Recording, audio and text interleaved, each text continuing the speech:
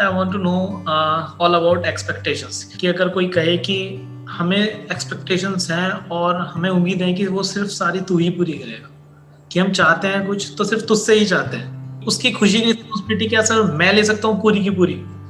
किसी की financial responsibility तो आप ले सकते हैं, उसमें कोई दिक्कत नहीं है। जैसे माँ बाप अपने बच्चों की फाइनेंशियल रिस्पॉन्सिबिलिटी ले लेते हैं, लेकिन आप किसी की भी खुशी की रिस्पॉन्सिबिलिटी नहीं ले सकते।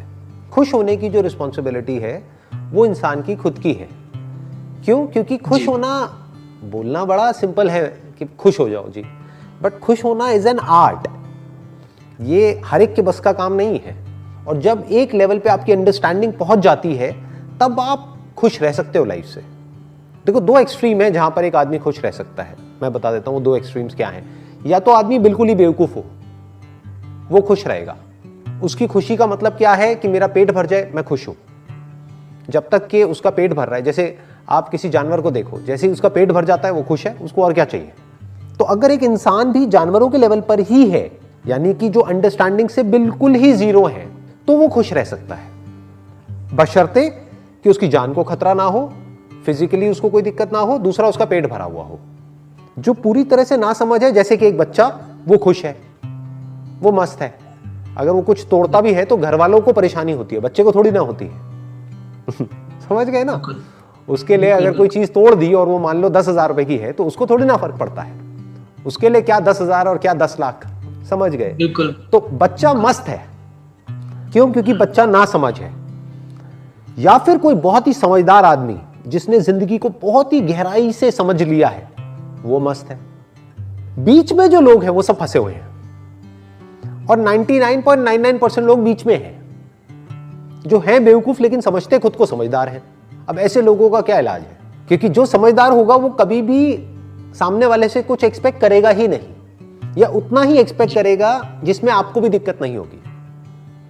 बिल्कुल सर। जो आप आसानी से पूरी कर सको। फॉर एग्जाम्पल, एक मछली है तो मैं मछली से इतना ही एक्सपेक्ट करूंगा कि वो पानी में रहे और आराम से तैरती रहे, तो मछली को भी उसमें कोई दिक्कत नहीं है। जहां मैंने मछली से एक्सपेक्ट किया कि तू हवा में उड़ के दिखा, तो मछली के लिए भी प्रॉब्लम है, मेरे लिए भी प्रॉब्लम है। समझ गए ना?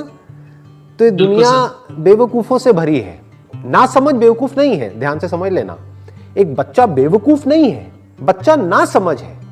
बेवकूफ वो है जो खुद को समझदार समझता है लेकिन है एक्चुअल में ना समझ। उसको समझ नहीं है जिंदगी की, उसको समझ नहीं है रिलेशनशिप्स की, उसको समझ नहीं है लाइफ की, लेकिन उसको एक गलतफहमी है कि नहीं, मुझे तो सब पता है, मेरी एज है तो मुझे सब पता है, मैं ये हूं तो मुझे सब पता है, मेरे नाम के आगे ये लगा हुआ है तो मुझे सब पता है, तुम मुझे क्या सिखाओगे? यस सर, यही है ना प्रॉब्लम। हाँ, ये मतलब इसके बारे में कहा जाता है कि अगर एक इंसान चाहे, यानी अगर हम चाहें, यानी ह्यूमैनिटी अगर चाहे, तो दुनिया में इतने रिसोर्सेज हैं कि एक भी आदमी भूखा नहीं रहेगा। अगर आज हम सब एक हो जाएं, जितने भी इंसान हैं इस धरती पे वो सब एक हो जाएं और कहें कि यार एक भी आदमी भूखा नहीं रहना चाहिए, तो इतना पैसा है, इतने रिसोर्सेज हैं कि अगले 1 महीने के अंदर अंदर एक भी आदमी भूखा नहीं सोएगा इस प्लैनेट पे। तो पेट सबका भरा जा सकता है, लेकिन एक्सपेक्टेशंस किसी एक की भी पूरी नहीं करी जा सकती। लाइक सर, जरूरतें पूरी हो सकती हैं लेकिन जरूरतें पूरी दुनिया की पूरी हो सकती है। इतना है इस दुनिया में कि जरूरतें सबकी पूरी हो सकती हैं, लेकिन ख्वाहिशें, एक्सपेक्टेशंस, डिजायर्स किसी एक का भी पूरा नहीं हो सकता, नॉट इवन वन। और वो कोशिश करनी भी नहीं चाहिए, क्योंकि अगर आपने एक बार ये खेल शुरू कर दिया किसी की एक्सपेक्टेशंस पूरी करने का, तो कोई ना कोई ऐसा पॉइंट आएगा जब आप पीछे हटोगे तो सामने वाले को हर्ट होगा। तो इससे बेटर ये है कि जहाँ पे ये खेल शुरू हो रहा है, जैसे वो कह रहे हैं कि भाई मेरी ये एक्सपेक्टेशंस हैं और ये आप पूरी करो, वो करो, तो आप वहीं पर बैठ करके उनको क्लियर कट बता सकते हो कि देखो आपकी जो एक्सपेक्टेशंस हैं पहले तो आप वो सारी मुझे बताओ, पहले आप खुद अपने माइंड में क्लियर करो। ऐसा तो नहीं है कि आपको ही नहीं पता है, 99.99% लोगों को यही नहीं पता है कि उनको आपसे चाहिए क्या है, या एक रिलेशनशिप से चाहिए क्या है। जैसे एक हस्बैंड वाइफ है, दोनों एक दूसरे से परेशान हैं, उनसे पूछो कि भाई तुम्हें ये क्लियर भी है कि तुम्हें सामने वाले से क्या चाहिए, क्योंकि अगर वो सब कुछ भी कर देगा तब भी कम पड़ जाएगा, क्योंकि तुम्हें पता ही नहीं है खुद कि तुम्हें उससे चाहिए क्या है। पहले तो तुम्हें ये क्लियर होना चाहिए, नंबर 1। नंबर 2, वो सामने वाले को बताओ। अब सामने वाला बताएगा कि मैं इसमें से क्या कर सकता हूं, क्या नहीं कर सकता। क्या मेरी कैपेसिटी में है, क्या नहीं है। अब सामने वाला आपसे एक्सपेक्ट कर रहा है कि भाई आप उसको प्राइवेट जेट में घुमाओ, आप कहोगे भाई मेरी इतनी औकात नहीं है, मैं प्राइवेट जेट कहाँ से घुमा दूंगा मैं, है ना, मुझे भी कोई कांड करना पड़ेगा और कुछ लोगों की तरह जो इंडिया छोड़ के भाग गए हैं, राइट। तो सामने वाला जब अपनी सारी एक्सपेक्टेशंस बताएगा एक एक करके, फिर आप उसको क्लियर बताओगे कि देखो जी पहले तो आप अपना माइंड मेकअप कर लो, यही एक्सपेक्टेशंस है आपको मेरे से, इसमें से 10 में से मैं ये 5 पूरी कर सकता हूँ, 5 नहीं कर सकता। आपको ठीक लगता है? अगर आपको लगता है कोई और है जो आपकी 10 की 10 एक्सपेक्टेशंस पूरी कर सकता है तो आप उसके पास चले जाओ, तो उससे रिलेशन बना लो। अगर ऐसा कोई इस धरती पे प्राणी है तो बढ़िया है, आपके लिए भी अच्छा है, मेरे लिए भी अच्छा है, राइट। तो वहाँ पे स्ट्रांग होना पड़ता है। बहुत बार क्या होता है, हम ही वीक पड़ जाते हैं, हम ढीले पड़ जाते हैं, हम पागलों की तरह बस पीछे पीछे पीछे पीछे पीछे पीछे और सामने वाले की सारी एक्सपेक्टेशंस पूरी करते रहते हैं। फिर वो सामने वाला हमको इनडायरेक्टली, डायरेक्टली नहीं, इनडायरेक्टली ब्लैकमेल करता है। हाँ सर। उस ब्लैकमेल को इमोशनल ब्लैकमेल भी बोलते हैं, साइकोलॉजिकल ब्लैकमेल भी बोलते हैं। वो फिर जैसे कुछ भी होगा वो अपने सारे दुखों का इल्जाम उठा करके आप पे डाल देगा कि मैं परेशान हूं किसकी वजह से, तुम्हारी वजह से। बस यस, फंस गए। अब क्या करोगे? एक सर मैं आपसे चीज पूछना चाहता था। हाँ सर आप सर ये सब हमारे लिए करते हैं और सर किसी फ्री ऑफ कॉस्ट करते हैं सब कुछ सर, तो सर मैं जानना चाहता था सर आपकी जो प्लेज है ये सब किस लिए है, कि सिर्फ हमारे लिए?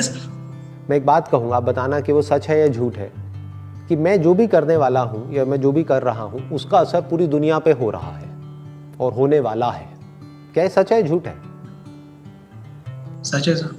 सच है ना, तो क्या मेरी रिस्पॉन्सिबिलिटी नहीं है कि मैं जो भी कर रहा हूं या जो भी कर सकता हूं वो सब मैं करूं? बिल्कुल सर। ये मेरी अपनी रिस्पॉन्सिबिलिटी है, ये मेरे ऊपर कोई ऑब्लिगेशन नहीं है, ये मुझे किसी ने कोई टास्क नहीं दिया है कि तुम्हें ये करना ही पड़ेगा। जब इंसान खुद की रिस्पॉन्सिबिलिटी को समझता है तो वो ये भी समझता है कि क्या करने लायक है और क्या नहीं है, और फिर वो करना ही होता है at any cost. As a human being हमारे ऊपर बहुत बड़ी रिस्पॉन्सिबिलिटी है, सिर्फ मेरे ऊपर नहीं, आपके ऊपर भी, क्योंकि आप भी जो कुछ कर रहे हो उसका असर पूरी दुनिया पे होने वाला है। बट इस बात को हम देख नहीं पाते हैं। बहुत लोग ये सोचते हैं कि अरे मैंने जो भी किया उससे किसी को क्या फर्क पड़ता है। यस सर, है ना। हाँ, अरे फर्क पड़ता है। आप जो भी कुछ करने वाले हो उसका इस दुनिया पे बहुत बड़ा असर आने वाला है, बिकॉज आपको नहीं पता कि आप जो भी कर रहे हो छोटे से छोटा उसकी वजह से क्या होने वाला है। You don't know that. आप समझे? हाँ, तो ऐसे सोचना होता है। चलिए जी, ठीक है जी, thank you sir, thank you so much. Most welcome जी, wish you all the best and thank you so much. ध्यान से देखो अपने आसपास में जो भी लोग जिस भी फील्ड में सक्सेसफुल हैं वो क्या कर रहे हैं। क्या वो जादू नहीं है? जादू है। ए.आर. रहमान का म्यूजिक सुनो। कई बार हुआ है आप लोगों के साथ में, म्यूजिक सुन रहे हो, सुनते सुनते खो गए और बाहर आए, कहीं कमाल है यार, ये क्या है ये, इट्स प्योर मैजिक। मैजिक। किसी सिंगर की आवाज सुन रहे हो, लता मंगेशकर की, किसी की भी, सुनते सुनते सुनते सुनते एकदम से खो गए, बाहर आए, आकर के कहा यार मैजिक, ये क्या हुआ मेरे साथ में, ऐसा कैसे हो सकता है? एक आवाज ही तो है, एक गाना ही तो है, ये मेरे रोंगटे क्यों खड़े हो गए, ये मेरी ऐसी हालत क्यों हो गई, क्या हो रहा है? ये होता है। क्रिकेट का मैच देख रहे हो, महेंद्र सिंह धोनी को हेलीकॉप्टर शॉट मारते हुए देखा और कहा मैजिक, ये क्या कर रहा है, क्या कर रहा है भाई, ये आता है माइंड में कि इट्स प्योर मैजिक। मन करता है बार बार देखने का, मन करता है। किसी एंटरप्रेन्योर को देख रहे होते हो बड़े लेवल पे बिजनेस करते हुए, अंदर से क्या आवाज आती है? मैजिक। कमाल है यार। जैसे मेरे साथ होता था जब मैंने नया नया बिजनेस शुरू किया, तो उस टाइम पे जैसे ही मैं किसी भी सक्सेसफुल एंटरप्रेन्योर की कहानी पढ़ता था, मतलब कि उनकी ऑटोबायोग्राफीज पढ़ता था या उनकी बातें सुनता था या जो उन्होंने लिखा है सक्सेस के बारे में वो पढ़ता था या उनके बिजनेस को देखता था कि किस तरह का वो बिजनेस कर रहे हैं, कैसे इतनी बड़ी टीम को मैनेज कर रहे हैं, तो मेरे अंदर से आता था, मैंने कहा यार ये बंदा है या क्या है कि मेरे से तो छोटी छोटी चीज़ें मैनेज नहीं होती और ये इतनी चीज़ें मैनेज कर रहा है, इतनी बड़ी टीम को मैनेज कर रहा है। मेरे से तो अपने घर में अपनी फैमिली मैनेज नहीं होती, अपनी वाइफ मैनेज नहीं होती, बच्चे मैनेज नहीं होते, और ये हजारों लोगों की टीम मैनेज कर रहा है।